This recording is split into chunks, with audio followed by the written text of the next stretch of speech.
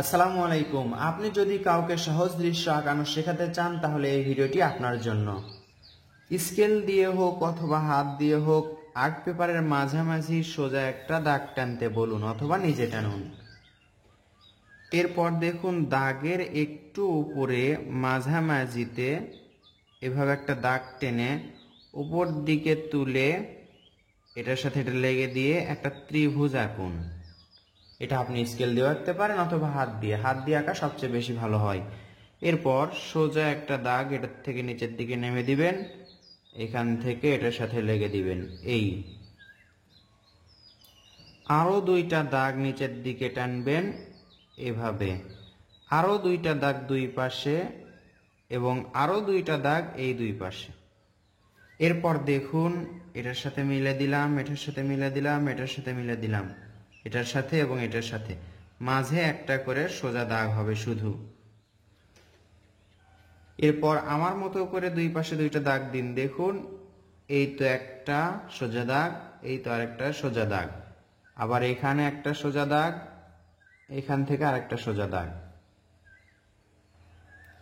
এখান থেকে এইভাবে ঘুরে ঘুরে আমরা একটি গাছ আঁকবো।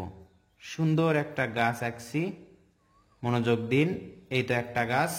এরপর এখান থেকে ঘুরে ঘুরে একই রকম করে আরেকটা গাছ আঁকবো আমরা।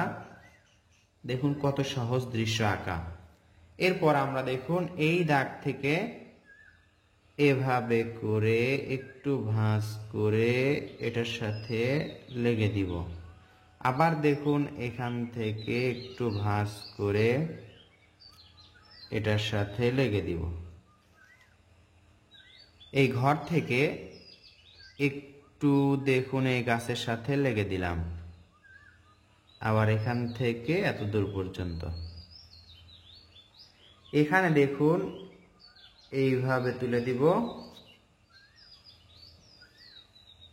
এইভাবে করে কিছু ঘাস আঁকবো।